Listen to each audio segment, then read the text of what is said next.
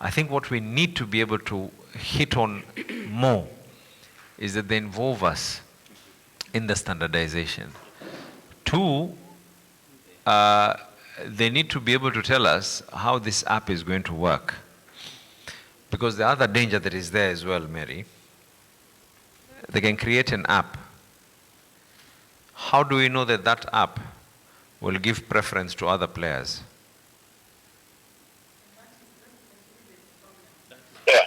That's the catch. That's what they are doing. Exactly, because how will we know? So what we need to do is we just need to be able to tell them this way, that we are supporting you, however, bearing in mind that the number of ambulances the county governments own collectively are the majority. We simply want to be involved in one. Let us prepare the standardization manual. So what entails for it to be called an ambulance. Two, the part that you're saying that we're having a platform, before they launch this thing or anything else, because first of all, they said they want to launch it when? Okay. Now this is where the danger is. If they want to launch it by 1st of December, by now they should have already made arrangements and asked for number plates and logbooks from all the county governments. Now if none of you has already been requested for this information, which ambulances are they planning for? Unless there's someone who's already imported these ambulances mysteriously. The danger that is going to be there, I can assure you, you know the way the NESP worked, this is what is going to happen. What is going to happen is you'll get a number of people, because they've already made it clear that they're going to now throw it out there that whoever has an ambulance, this is the rate at which we are paying per distress call, per kilometer. Now, if we're not careful, what will end up happening here is county ambulances will now be sent to departments of veterinary and agriculture. So we come up and draft amendments that are going to be something that is going to be very, very shaky. The issues that are there is delay in payment.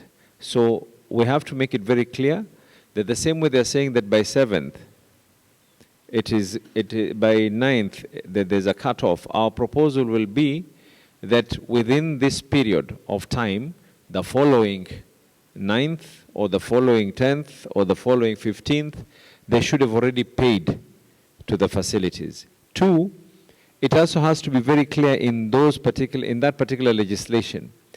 Because you see, they have a whole thing, the one for the digital health. But there's nowhere that talks about what happens when there's no connectivity. So we have to amend that law to include,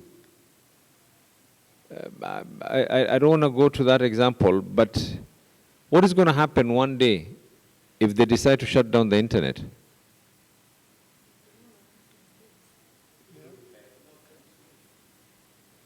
So we need to come up with an amendment to include as well that what happens in the event that for whatever reason there is no internet.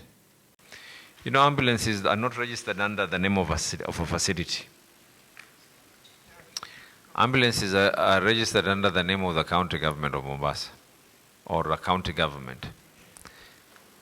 How do you receive that payment if that fee is not in the Finance Act?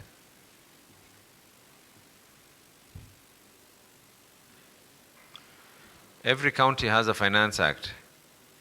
The reason why the facility improvement is very clear, so that means now all these payments go directly to a facility. An ambulance is registered under the name of a specific county government. That means that money has to go to the CRF.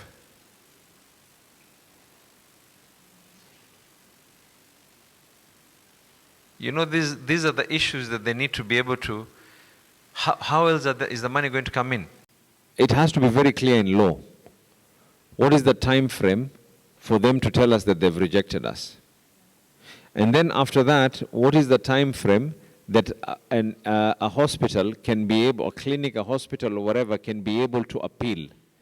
And then even after that, they have to give, in the event that the appeal did not work, we need to, the law has to be able to allow for an appeals board. And the membership of that appeals board should be with an equal representation of both the private hospitals, the public hospitals, faith-based hospitals, and the ministry as well, which is now the one that they're going to do. And then even that, we also need to be able to make it clear that every facility shall be given access to view their dashboard. Let it be in law. I'm proposing that our secretariat with the legal team to immediately come up with amendments to the SHA law. Because once that is law, one, it has to be embedded in law. What is the time frame that they're actually meant to pay? What date are they actually meant to pay? Two, what are the penalties?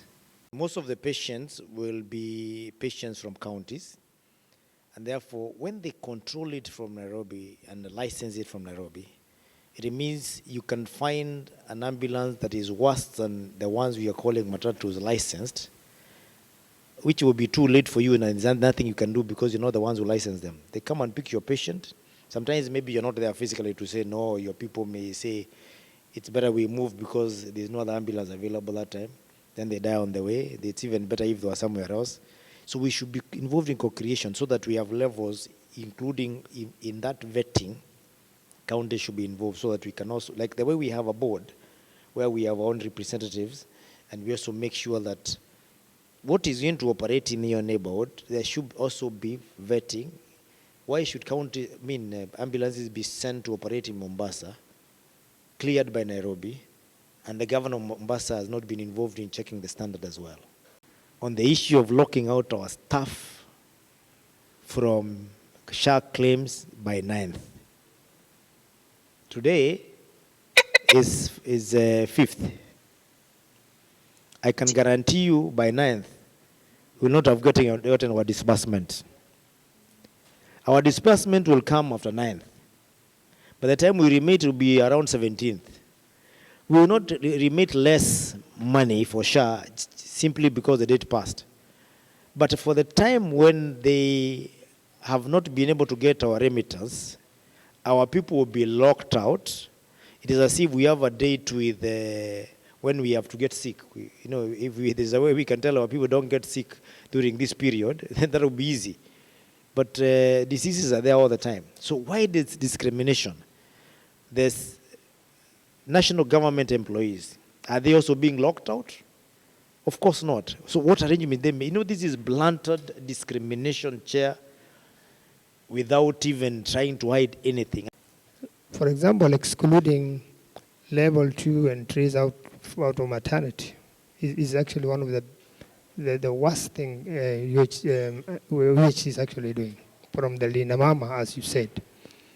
For counties in the rural counties in the northern Kenya, for that matter, in fact, we invested 70% of our health budget on level 2s and 3s because of the distance. For example, Mandera is about 260,000 square kilometers. 26,000 square kilometers. And right now what is happening, because at those level of care we are not providing maternity services, we are basically going back to where we are. So skill delivery basically will drop. Mothers will not go to those facilities because they know where I used to deliver. If I don't deliver to the next facility that is near me, I rather deliver at home. So then that means skill delivery will basically reduce, and we have already reports on that. The gazetted benefit package also limits maternity services to Shif, which cannot be used in level 2 facilities. As a result, these facilities have missed out on at least Kenya shilling 2.6 billion as reimbursement from delivery. These primary healthcare facilities are supposed to be getting 10,000 Kenya shillings for every delivery, unlike unlike NHIF where they used to get 2,500. So as a result of missing out, as a result of the directives, cumulatively these facilities can be able to miss out around 2.6 billion for only deliveries, because mothers now have to go to the higher level to deliver. Of course, now we no longer have financing at a number of donors are pulling away. USAID, Danida is more or less on its goodbye stages, and we need to be able to now start thinking as a county team. There are programs currently that are there, and we need the Secretariat to provide advisories to us. I know that there's some programs that have been discussed a while back, the World Bank programs and all, but I'm seeing that because a number of you have the KDSP programs, which counties like Mombasa are not with, but you will realize that you're seeing a lot of people from the ministry starting to take effect on this. Programs like FLOCA, which are World Bank funded programs, but then the ones from health, we're yet to see because the ministry, without the ministry pushing, then we cannot get an equal allocation or a good allocation from Treasury to go to the departments of health on these particular matters. And I know that there was a program that had been discussed a while back. We need to be able to figure out a way of reviving it, either considering it's at advanced stages, either through a supplementary that national government will be doing, or the next budget, which we all know what is going to happen after June next year. I don't think any governor is going to be sitting unless those ones who are on their second term, everyone else will be on the move. Health financing in counties. You realize, Your Excellencies, as a result of withdrawal of USD government, so many of the programs were actually cut short midway. What is it? What is the effect of the same in terms of running health function at the county? And what is it that you're supposed to do moving forward so that even the gains that have been for the last 12 years then are not lost as a result of this cutoff? HRH is always one of the motive issues. So there are so many things that we need to discuss under human resource for health, including the community health promoters, and of course now the implementation of primary health care, where are we, and the like. And we would like to have a distinction between emergency services and referral services. A lot of time, the referral services that happen in counties are in twofold, where the doctors have realized that they cannot be able to manage to treat a patient, and they want to refer a patient to maybe a level 7 or level 6 hospital, and that happens frequently. In my county, we refer patients to Eldred MTRH. Also, on the other hand, elective referral, where the patient's caregivers feel that they want to go to another hospital because in their opinion, their patient is not getting the care that they want. Then as the top leadership of the council that is running the counties, as the CEOs of the counties, then what needs to be done so that at least we can be able to shape these policy issues? And among them is the social health SHA, that is under the UHC, universal health coverage. We really need to understand in details what is it that there is a year after this program was launched. Is it working? If not, what needs to be done? Are there challenges that we can be able to address, both at the Council of Governors and as the governors? And what needs to be done at the highest level, that is the policy-making level? Then we have the next program that is equipping the counties in terms of to ensure that universal health coverage is a success.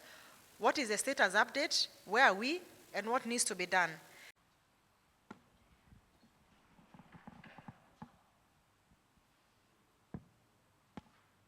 Thank you so much, Chair and Excellency Governors present. Thank you. Go ahead. Thank you, Excellency. So good morning once again. I'll quickly take you through the emerging issues in health as we are going to project. And Excellency Governors, I know health. Just for purposes of clarity on what is happening. Your Excellencies, in terms of, because we have a council meeting on 19th, the symposium. so that we can be able now to, authoritatively say that we've evaluated SHA, in KEMSA, and also in the digital health. That meeting was supposed to happen 2 weeks ago, but unfortunately we had other emerging issues, so we had to postpone. But it is. But the second question that I had, Zomi, you remember there was another set of medical equipment where we were supposed to, pay 70% and the national government pays 30% and it can be staggered over a period of time. What became of that? I remember the last time we were at State House, there was a discussion to the extent that there was evaluation on that potential, service. So do we understand where we are with that particular one for the smaller equipment? You remember that program?